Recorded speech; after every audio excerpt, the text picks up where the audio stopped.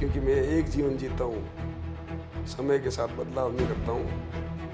विश्वसनीयता जीवन में नहीं खोनी चाहिए कि गद्दारों को पुरस्कार, वफादारों का तिरस्कार, ये सामान्यतः ठीक नहीं है जी। अवसर के साथ में आप बदलाव कर दो, ये बनाने वाले जाने, बनने वाले जाने, जिनकी जिम्मेदारी हो सकती। मैं क्या कर सकता हूँ, आप ये मेरे से पूछ सकते हैं। और जहाँ समय समय पे मुझे जिसको कहना चाहिए मैं कहता हूँ जी, क्योंकि मैं जमीर से जीवन जीता हूँ। पर समर्थकों का क्या उसमें सर, पीछा तो समर्थक रहा है ना सर। कोणारा भाग्यगा तेणारा समर्थक होगा। आप देखते हैं कि संगठन के जो पदाधिकारी हैं, जो मंडल अध्यक्ष हैं, जो महामंत्री हैं, वही अगर टिकट मांगने पर आमदा हो जाए तो संगठन को किस दिशा में जाता हुआ देख रहे हैं? ये समय काल परिस्थिति के आधार पर विचारों में, कार्य पद्धति में बदलाव आया, ठीक है ना। मैं आपको एक चीज बताऊं, मैंने इस बार 75 नंबर के वार्ड में दावेदारी की। सामान्य पुरुष है और इस वार्ड से पहले पार्षद रह चुका हूँ। कच्ची बस्ती हो, पूला हो, अहिंसापुरी, फतेहपुरा मेरे लिए नया नहीं, मैं एक एक आदमी जानता हूँ। इससे पिछला वार्ड ने गत चुनाव में ये सामान्य महिला का था। मेरे को सब लोगों ने कहा, पार्टी के वरिष्ठ लोगों ने भी कहा, स्थानीय जनता, सभी वर्ग, उन्होंने भी कहा कि भाभी जी चुनाव लड़ा, तो मैंने मना कर दिया। ठीक, मेरा नियंत्रण, भाभी जी ने, हाँ, मेरा नियंत्रण मेरे पास है। जब मैं कर रहा हूँ राजनीतिक में, तो क्यों महिलाओं को लाऊं, किसी दूसरे को अवसर मिले। आप आधा गिलास खाली देखते हैं, मैं आधा गिलास भरा हुआ देखता हूँ। वो हमारे पास भक्तों वाला चश्मा नहीं है ना। मैं भक्त के परिभाषा में नहीं रहता हूँ, मैं विचार की परिभाषा में रहता हूँ, मैं यथार्थ की परिभाषा में रहता हूँ। कोई मेरे से प्रश्न पूछता है ना, 100 लोग भी मेरे से प्रश्न किसी विषय में पूछ ले पब्लिक में, तो मैं ये नहीं कहता हूँ 20-30 लोगों को इकट्ठा होकर उनके प्रश्न का जवाब नहीं दूं और मैं वंदे मातरम नहीं करता। अब ये मयूर जी ऐसा है, आप सवाल पूछ लेंगे, मैं 25 सुझाव दे दूंगा, कोई महत्व नहीं है। धरातल पे करने वाला व्यक्ति है ना, इन चीज़ों को जमीन पे उतारने वाला, उसको खुले मन से सबसे राय देनी चाहिए। हमेशा एक चीज़ मयूर जी, मैं व्यक्तिगत आपको सबको कहता भी हूँ, मेरा स्वभाव भी है। जरूरी नहीं है कोई किसी पद पे व्यक्ति बैठा हो तो सब विषय का विशेषज्ञ हो, ठीक। ये प्रेम जी मुझे कोई बात कह देंगे, सामने बैठे इसलिए नाम लेते कि भाई साहब अपने, मेरे दिमाग में एक आइडिया आया, अपने को ऐसा करना चाहिए। फिर मैं उसको क्या कहूँगा, मैं प्रेम जी का नाम नहीं लूंगा, मेरे दिमाग में एक आइडिया आया, तो मतलब किसी के दिमाग में आइडिया नहीं है, मेरे ही दिमाग में है। तो मैं वो चीज़ शेयर नहीं करता हूँ कि इनके दिमाग में है कि आपके दिमाग में है, मेरे दिमाग में कोई विचार आया। वो विषय 25 लोगों के बीच में रखो और उस विषय को समझने वाले जो लोग हैं उन 50 लोगों को बुलाओ कि यार एक विचार आया, कैसा है, कैसे किया जाना चाहिए। ये बहुत बड़ा फर्क होता है। आप अकेले अपने आप में महाज्ञानी बन जाएंगे ना तो लफड़ा पड़ जाएगा। मेरा एक प्रश्न है सर, आप उस उप महापौर जैसे पद पर रहे, द्वितीय नागरिक रहे शहर के, आप जयपुर भी जाते होंगे, कोटा भी जाते होंगे, जोधपुर भी जाते होंगे, इन 3 बड़े शहरों की तुलना में उदयपुर को कहाँ देखते हैं? उनके मुकाबले अपना विकास जी, तो ये हमारी कमी है ना। हाँ, ये समय काल परिस्थिति ऐसी रही। मैंने कहा साहब ये वो लोग हैं जो किसी कर्मचारी को, अधिकारी को नहीं जानते, इनकी सिफारिश अप्रोच कुछ नहीं है। इसलिए इस बरामदे में बैठे रहते हैं, कागज लेके घूमते हैं। तो मेरी प्राथमिकता ये है कि जिसका कोई सहारा नहीं उसके लिए खड़ा हो जाए। हारे का सहारा। तो मैंने कहा मेरे परिचित है, वो मेरे पास आ जाएंगे, आपके परिचित आपके पास आ जाएंगे, पार्षद के परिचित पार्षद के पास चले जाएंगे।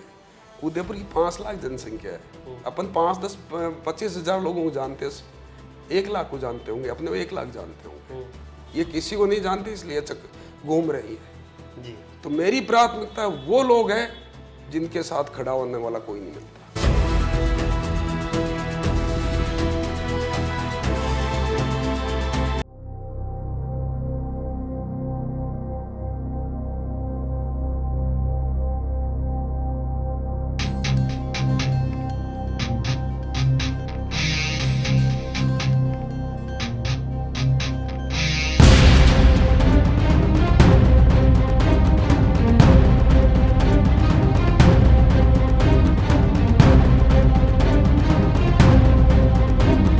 नमस्कार, मैं मयूर अलवेला और आप देख रहे हैं अलवेला राजस्थान और हमारा खास कार्यक्रम उदयपुर की सत्ता का महासंग्राम, कौन बनेगा महापौर। आज की जो शख्सियत हमारे साथ है किसी परिचय की मोहताज नहीं और एकमात्र उदयपुर के ऐसे नेता हैं जो हर वर्ग के लोगों के साथ अपने आप को सुटेबल महसूस करा लेते हैं। हर वर्ग के साथ इनका जो मिलनसार अंदाज है वो काफी चर्चाओं में रहता है। मजदूरों की बात हो तो उनके साथ भी चाय पी सकते हैं, अधिकारी वर्ग हो तो उनके साथ भी बातचीत कर सकते हैं। आज भी कई स्टूडेंट लीडर्स के जो ये बिल्कुल आइडल व्यक्ति हैं, महेंद्र सिंह जी शेखावत साहब हमारे साथ मौजूद है। सबसे पहले चैनल पे बहुत बहुत स्वागत है सर। मयूर जी बहुत बहुत धन्यवाद आपका, बहुत बहुत स्वागत। मैं आपके ऑफिस में पहली बार आया हूँ जी, आपका आभार। आपका प्रयास था लेकिन मैं नहीं आ पाया, इसलिए आज आपकी हाजिरी लगा दी है मैंने जी। उदयपुर की संपूर्ण जनता को मेरा प्रणाम। सर मतलब आपके लिए कहावत मशहूर है कि शून्य से लेके शिखर तक कहीं भी बातचीत करनी हो तो महेंद्र सिंह जी के दरवाजे पे चले जाओ।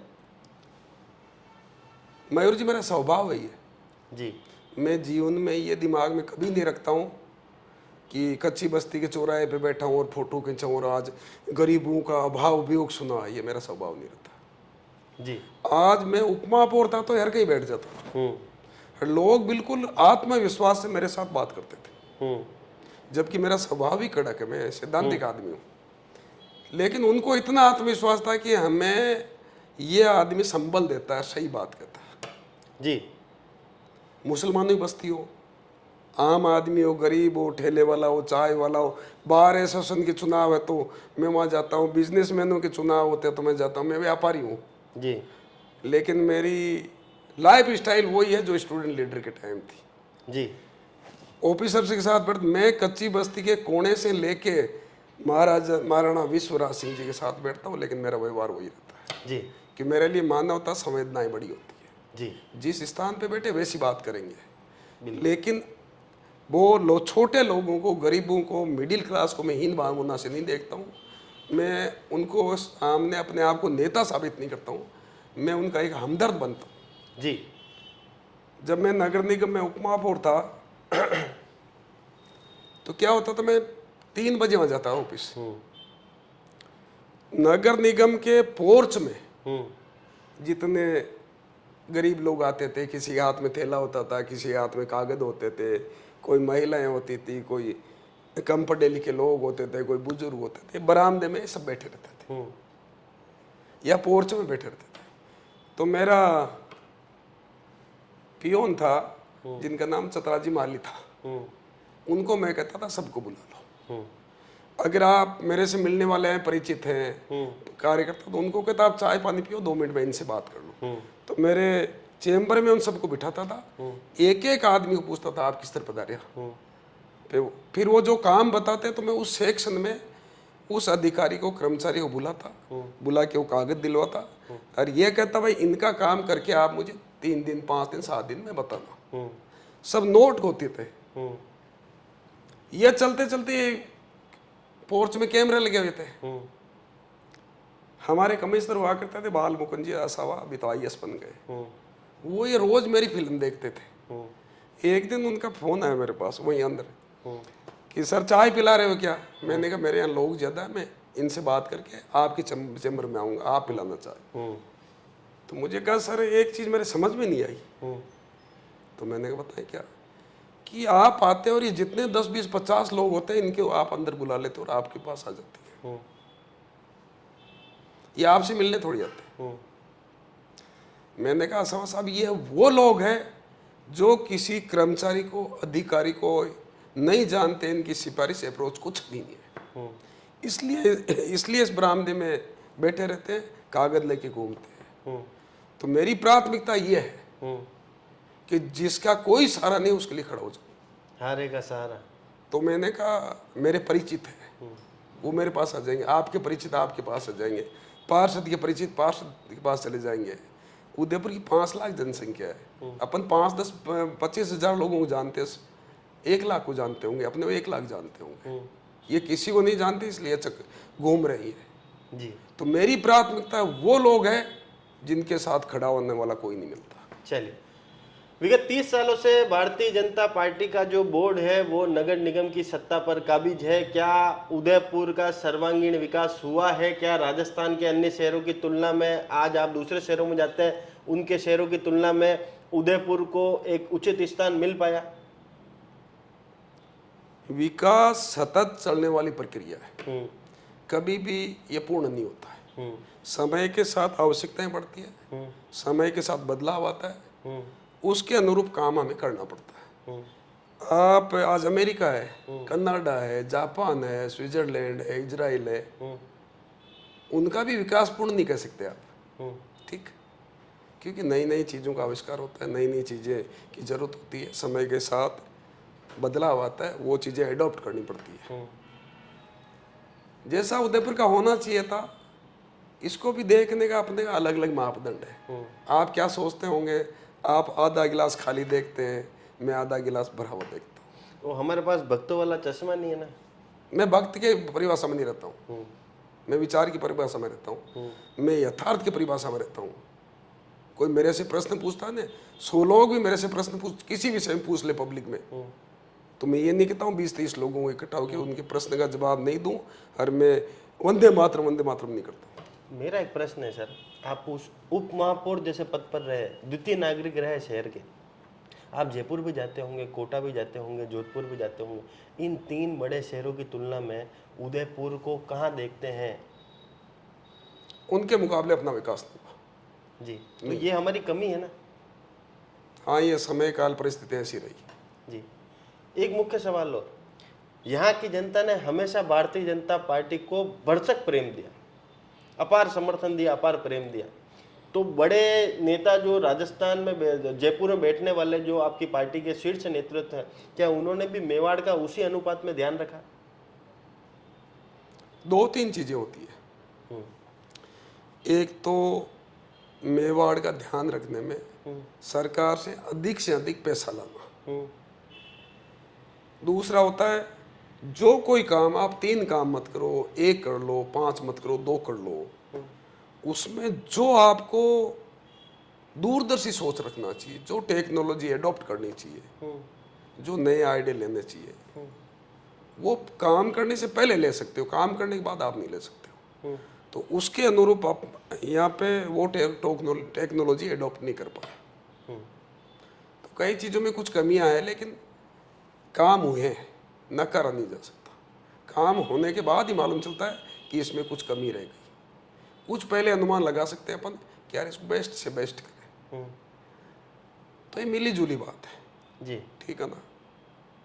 कोई संतुष्ट इसमें है कि काम हुआ है, कोई संतुष्ट इसलिए नहीं होता है कि यार पूरा काम नहीं हुआ, लेकिन समय के साथ सब ठीक होता है। जी, आयड को लेकर और सेक्टर 4 हिरण मंगरी रोड को लेकर महेंद्र सिंह जी की क्या सोच है?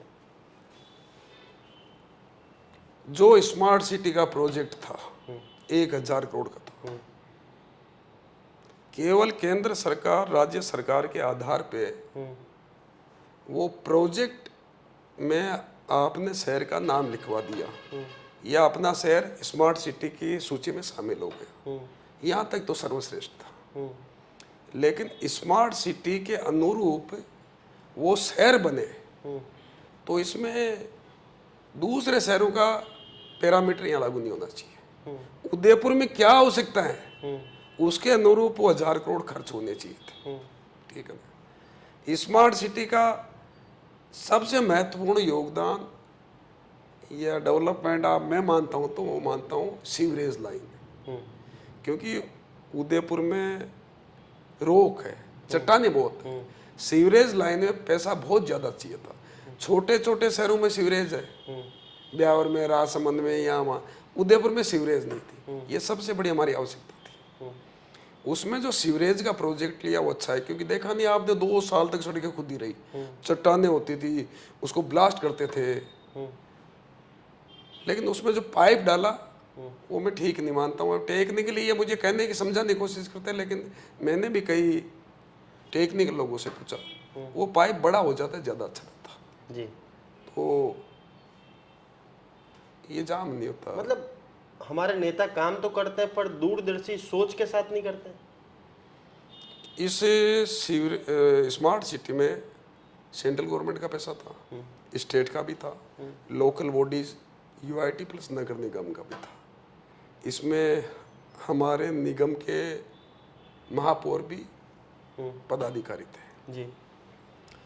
अगर उसमें कुछ आप चेंजेस करना चाहो उनकी डीपीआर में, प्लान में, नक्शे में, तो यहाँ से संघर्ष करते हुए आपको दिल्ली तक जाना पड़ता है।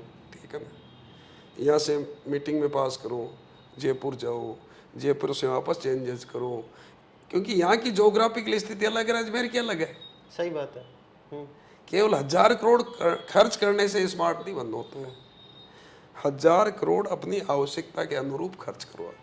आपने पूछा हिरणमगरी सेक्टर की रोड की, 120 फीट रोड थी, ठीक, उसमें बीच में पार्टीशन कर दिया, बीच में गार्डन बना दिया, 4 रोड एक बना दी, 2 सड़कों पे अस्थायी अतिक्रमण हो गया, सड़कें सकड़ी हो गई। हमने उस समय, मैंने बहुत व्यक्तिगत विरोध किया था, और मैं केवल सड़क पे स्टेटमेंट नहीं देता था, हर विषय मैंने तत्कालिक सीओ स्मार्ट सिटी, महापौर जी, जिनको भी कहना चाहिए था मैं कहता था। जी। मैंने कहा ये भविष्य के लिए दुखदायी है, उसमें बनाने में पैसा खर्च किया था, भविष्य में उसको तोड़ने में पैसा खर्च करेंगे। जी। सड़क कहीं भी संकड़ी मत बनाओ। सड़क पे इतने गार्डन, पार्क यूआईटी और नगर निगम में है, उनको हम मेंटेन नहीं कर पा रहे। वहाँ पेड़ पौधे, हरियाली, बच्चों खेलने की जगह मेंटेन नहीं कर पा रहे। सड़क के पार्क हम मेंटेन कर लेंगे क्या? जी। ये सोच ही दूरदृष्टि नहीं है। शहर में कचरे को लेकर जो व्यवस्था है, उसके बारे में महेंद्र सिंह जी की क्या सोच है और क्या समाधान है? अभी एक आपको चीज बताऊं, डोर टू डोर कचरा कलेक्शन करने का टेंडर हुआ, एक कंपनी को या किसी नोडल एजेंसी को दे दिया आपने। उसमें एक फॉर्मूला अडॉप्ट किया कि स्मार्ट सिटी तब कहलाएगी जब यहाँ से कचरे के कंटेनर उठा लेंगे। पहले कचरा कंटेनर में डाला जाता था, ठीक, तो कंटेनर एक ऐसा पॉइंट था, आप कचरा मान लो घर से 8 बजे लेके निकलते हैं तो 8 बजे डाल देते, कोई दुकान वाला 10 बजे डालना चाहता 10 बजे डाल देता, कोई 2 बजे डालना चाहता 2 बजे डाल देता। कचरा कंटेनर से बाहर नहीं बिखरता था। सही बात। ठीक है ना, डोर टू डोर कचरा कलेक्शन का एक टाइमिंग होता है, ठीक है, उस टाइम आपके घर की सफाई हो गई तो ठीक है, कहीं आप इमरजेंसी में अस्पताल चले गए, सफाई नहीं हुई तो वो थैली बाद में आप फेंकेंगे। हाँ सही है। तो ऐसे कुछ पॉइंट जो जरूरी थे वहाँ कंटेनर रखने चाहिए थे। मैं आपको बताऊं, पुला का एक कंटेनर है जो आज भी देख लेना, पुराना जो पुलिया है ना, वहाँ क्या कचरे की दुर्दशा है। बिल्कुल है। ऐसा ही पहले एक अपने यहाँ था, ये जो लवकुश स्टेडियम, जहाँ भी पार्किंग बनी, वहाँ कचरा सड़ता था। बिल्कुल। और ये मैं मौके पे कई बार बुला के अधिकारियों को बताया, ऐसी कोई हार्ड लाइन नहीं है कि स्मार्ट सिटी हो गई तो आप कंटेनर नहीं रख सकते, रख सकते जी। तो कुछ पॉइंटों पे जहाँ जरूरी है कंटेनर रहना चाहिए। अभी भी इन्होंने उसका रूप बदला, कई जगह नगर निगम अपनी ट्रैक्टर की ट्रॉली खड़ी करता है, उसमें कचरा जाता है, फिर उसको बांध के ले जाते हैं, ठीक, तो उन कंटेनर जो अच्छे भली अवस्था में थे उनको क्यों आपने फेंका, बेचा, सत्यानाश किया? भाई जो हिंदुस्तान की सबसे मतलब जिसको क्लीन सिटी कहा जाता है, इंदौर में भी तो कंटेनर है। अब ये मयूर जी ऐसा है, आप सवाल पूछ लेंगे, मैं 25 सुझाव दे दूंगा, कोई महत्व नहीं है। धरातल पे करने वाला व्यक्ति है उन्हें इन चीज़ों को जमीन पे उतारने वाला, उसको खुले मन से सबसे राय लेनी चाहिए। जी। हमेशा एक चीज़ मयूर जी, मैं व्यक्तिगत आपको सबको कहता भी हूँ, मेरा स्वभाव भी है, जरूरी नहीं है कोई किसी पद पे व्यक्ति बैठा हो तो सब विषय का विशेषज्ञ हो, ठीक। ये प्रेम जी मुझे कोई बात कह देंगे, सामने बैठे इसलिए नाम ले दो कि भाई साहब अपने मेरे दिमाग में एक आइडिया आया, अपने को ऐसा करना चाहिए, फिर मैं उसको क्या कहूँगा, मैं प्रेम जी का नाम नहीं लूंगा, मेरे दिमाग में एक आइडिया आया, तो मतलब किसी के दिमाग में आइडिया नहीं है, मेरे ही दिमाग में है। तो मैं वो चीज़ शेयर नहीं करता हूँ कि इनके दिमाग में है कि आपके दिमाग में है, मेरे दिमाग में कोई विचार आया। वो विषय 25 लोगों के बीच में रखो और उस विषय को समझने वाले जो लोग हैं उन 50 लोगों को बुलाओ कि यार एक विचार आया, कैसा है, कैसे किया जाना चाहिए। ये बहुत बड़ा फर्क होता है। आप अकेले अपने आप में महाज्ञानी बन जाएंगे ना तो लफड़ा पड़ जाएगा, तो पूर्णता नहीं आती है। जी। यस। अच्छा, मुझे एक बात बताइए कि भाई हमने भी एक स्टडी करी, बहुत सारे लोगों से राय विचार विमर्श करा कि भाई इस शहर में जो उप महापौर रहा वो उसके बाद कुछ नहीं रहा। क्या ये जो मिथ है इसको इस बार महेंद्र सिंह जी तोड़ के महापौर का दायित्व निभाएंगे? ये राजनीतिक सवाल तो आप पूछेंगे, मुझे मालूम है कि इसके बिना तो तड़का नहीं लगेगा। मैं अब आपको वापस सवाल पूछ रहा हूँ। किरण जी महेश्वरी के अलावा महापौर भी यहाँ रहे, सभापति भी रहे, वो क्या बन गए वो बता दो आप।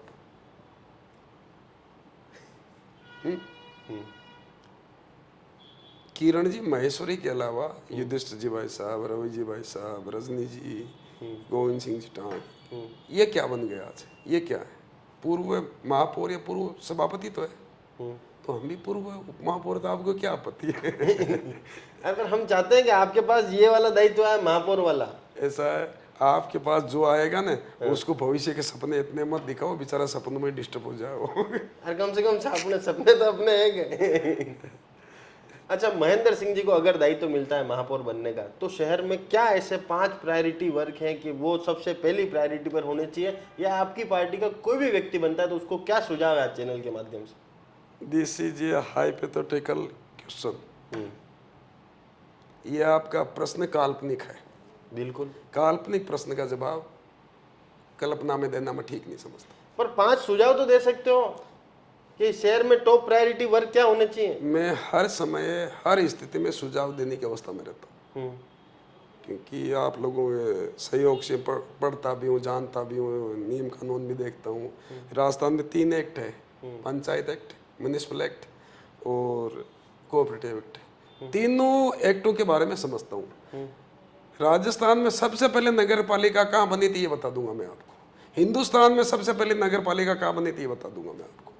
लेकिन ये सब चीज जानता हूँ। अधिकृत व्यक्ति कोई पूछे और मैं कभी किसी को राय देता हूँ ना या सुझाव देता हूँ, तो मैं ये और कहता हूँ साथ में कि मैंने ये बात कही है, आप इस विषय पे ये मेरा जवाब है, 100 लोगों से और पूछ लेना। ये मत कहना भाई महेंद्र सिंह ने कहा कि भाई एक व्यक्ति ने ऐसा कहा, अच्छा लगे तो मानो, भाई मत मानो। विचार अधिक से अधिक लोगों को लेने चाहिए जी, तब आप डेवलप होंगे। तो आप डेवलप होंगे मतलब शहर डेवलप होगी तो शहर डेवलप होगा। तो मतलब काल्पनिक प्रश्नों का उत्तर नहीं देंगे? काल्पनिक का क्या दे, आप बताओ क्या दे? काल्पनिक के चक्कर में तो कितने धारावाहिक चल रहे हैं साहब। अच्छा, मेरा एक अब सवाल है कि संगठन में हमेशा एक सच्चे सिपाही के रूप में आपने काम करा, और 1989 में शायद आप पहले अखिल भारतीय विद्यार्थी परिषद के प्रेसिडेंट रहे होंगे, और उसके बाद 10 साल बाद दीपक जी जो है शर्मा वो बने। उस जमाने से लेकर आज तक संगठन के लिए पूर्णतः निष्ठा से काम कर रहे हैं। आज आप देखते हैं कि संगठन के जो पदाधिकारी हैं, जो मंडल अध्यक्ष हैं, जो महामंत्री हैं, वही अगर टिकट मांगने पर आमदा हो जाए तो संगठन को किस दिशा में जाता हुआ देख रहे हैं? यह समय काल परिस्थिति के आधार पर विचारों में, कार्य पद्धति में बदलाव आया है, ठीक है ना। मैं आपको एक चीज बताऊं, मैंने इस बार 75 नंबर के वार्ड में दावेदारी की है। सामान्य पुरुष है और इस वार्ड से पहले पार्षद रह चुका हूं मैं। कच्ची बस्ती हो, पूला हो, अहिंसापुरी, फतेहपुरा, मेरे लिए नया नहीं, मैं एक आदमी को जानता हूं। इससे पिछला वार्ड ने गत चुनाव में ये सामान्य महिला का था। मेरे को सब लोगों ने कहा, पार्टी के वरिष्ठ लोगों ने भी कहा, स्थानीय जनता, सभी वर्ग, उन्होंने भी कहा कि भाभी जी चुनाव लड़ा, तो मैंने मना कर दिया। ठीक, मेरा नियंत्रण मेरा नियंत्रण मेरे पास है। जब मैं कर रहा हूँ राजनीतिक में, तो क्यों महिलाओं को लाऊं, किसी दूसरे को अवसर मिले। तो आपकी महत्वाकांक्षा की सीमा तक ये आपको तय करना पड़ेगा, और ये तय होता है चरित्र और नैतिकता के आधार पर। जी, ठीक है ना? तो नैतिकता के आधार पर ही तो आपकी पार्टी सत्ता में आई है। अगर वही दाव पर लग जाएगी, भाई भारतीय जनता पार्टी आज विश्व की सबसे बड़ी पार्टी है तो अपनी नीतियों की वजह से, अपने सिद्धांतों की वजह से, फिर कांग्रेस और भारतीय जनता पार्टी में अंतर क्या रह गया? आपने यही तो आरोप लगाया था कांग्रेस के ऊपर कि परिवारवाद है, भ्रष्ट सरकार है, हर चीज में कमीशन खोरी है, यही आरोप लगा के तो आपकी पार्टी आई थी। ये विषय राष्ट्रीय स्तर का मेरे से पूछ रहे हैं। नहीं, तो यहाँ पर भी तो वही होना है ना। यहाँ पे जो कमेटी है, यह जो है ना निर्णय करने वाले, उसमें मैं नहीं हूँ अभी। सर आप एक सीनियर लीडर हैं उदयपुर शहर के, वसुंधरा जी के। अगर उदयपुर शहर में टॉप 5 व्यक्तियों की गिनती हो तो पहला नाम महेंद्र सिंह जी का आता है। सर मैं सीनियर हूँ, लेकिन जो पार्टी के नॉर्म्स के हिसाब से, तय मापदंड के हिसाब से जो कमेटी बनी है ना, उसमें मैं नहीं हूँ। और मैं अकेला नहीं, उप महापौर उसमें कोई नहीं है। उसमें पूर्व महापौर नहीं, एक उप महापौर जी हैं। सुना पूर्व महापौर, पूर्व सभापति, पूर्व जिलाध्यक्ष, वर्तमान विधायक और एमपी, ये कमेटी है। ठीक है ना? इस कमेटी को विचार करना है। अरे तो उस कमेटी को सुझाव तो देंगे ना आप। सर आप आए हैं तो आज आपके मुख से कुछ तो बात सुने वे लोग। दाल बन चुकी है, तड़का लग नहीं रहा है साहब। इस विषय पे क्या बोलूं मैं साहब? ये पर ये नैतिकता के आधार पर कार्य हो रहा है क्या? एक आपको मैं बताऊं, एक भगवती प्रसाद का उपन्यास है, उसका नाम है चंद्रकांता। ठीक है ना? भगवती प्रसाद खत्री का जीवन में वो पढ़ लेना। पाप और पुण्य क्या होता है उसमें परिभाषा जाएगी। ठीक, उनसे प्रेमचंद को पढ़ लेना आप, गोपाल नीरज को पढ़ लेना, विवेकानंद को पढ़ लेना। साहब आज की राजनीति में आपको एक बहुत सामान्य चीज कहता हूं मैं, कि विचार के प्रति आपका निष्ठा और समर्पण कितना है, आपका चरित्र नैतिकता कितना है, ये मुंह से नहीं होता, चरित्र जीवन बताता है। आज की तारीख में सभी पॉलिटिकल पार्टी, सभी सामाजिक जीवन में, आपको भी कहता हूं, हम अपने आचरण, व्यवहार और जीवन के विपरीत स्टेटमेंट देते हैं। मेरा आचरण, व्यवहार, जीवन क्या है? ठीक, लेकिन बात सब ज्ञान की करूंगा, सिद्धांत की, ईमानदारी की, अच्छी अच्छी बातें करूंगा। दोहरा जीवन जी रहा है हर व्यक्ति। ठीक है ना? इसलिए समाज में उनकी विश्वसनीयता नहीं है। पड़ जाए तो उड़ गया तो वेद खुल जाएगा। सुनो आप सुनो, मैं बताऊं, मेरे पास आप जानते हो दिन भर कोई न कोई आते रहते हैं। और मेरे ये भी नहीं है तो आप वार्ड के हो, किस जात के हो, किस बिरादरी को, आया काम समझा देखा, मैं सीधा अधिकारी को फ़ोन करता हूँ, जिस किसी को करता हूँ मैं कर देता हूँ, कोशिश करता हूँ उसका, जिसके कोई साथ खड़ा नहीं होता मैं खड़ा हो जाता हूँ। और अंतिम समय तक लड़ता हूँ जब मेरे समझ में आ जाने कि ये गरीब है, बेबस सामान्य आदमी है, इसके पक्ष में कोई नहीं खड़ा है, और ये सच्चा है, सिस्टम इसको तोड़ रहा है, सामने वाली पार्टी बड़ी हो तोड़ रही है, तो मैं पीछे नहीं हटता हूँ। इसको आप अड़ियलपन कह दो या कुछ भी कह दो, ये मेरे साथ समस्या यही होती है। समझदार होना ही अपराध है। अच्छा, एक थोड़ा सा प्रश्न घुमा फिरा के। हाँ, मेवाड़ की राजनीति के उस्ताद ने, जिनका एक मैदान पर जो है निर्विवादित अधिकार रहा, उसकी बागडोर जिस खिलाड़ी को सौंप के गए, वो ना तो अपने समर्थकों के लिए, ना अपने उस्ताद के समर्थकों के लिए पुरजोर तरीके से आवाज उठा पा रहा है, ना लड़ाई लड़ पा रहा है। उसको लेकर आपका क्या कहना है? ऐसा है बाप, वो प्रश्न पूछ रहे हैं जिसका कोई पूर्ण उत्तर भी नहीं होता है और अपूर्ण उत्तर भी नहीं होता। ये बनाने वाले जाने और बनने वाले जाने, जिनकी जिम्मेदारी हो सकती।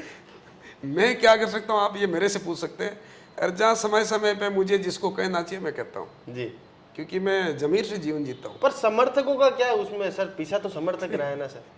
वो होना भाग्य का तेनारा समर्थक होगा।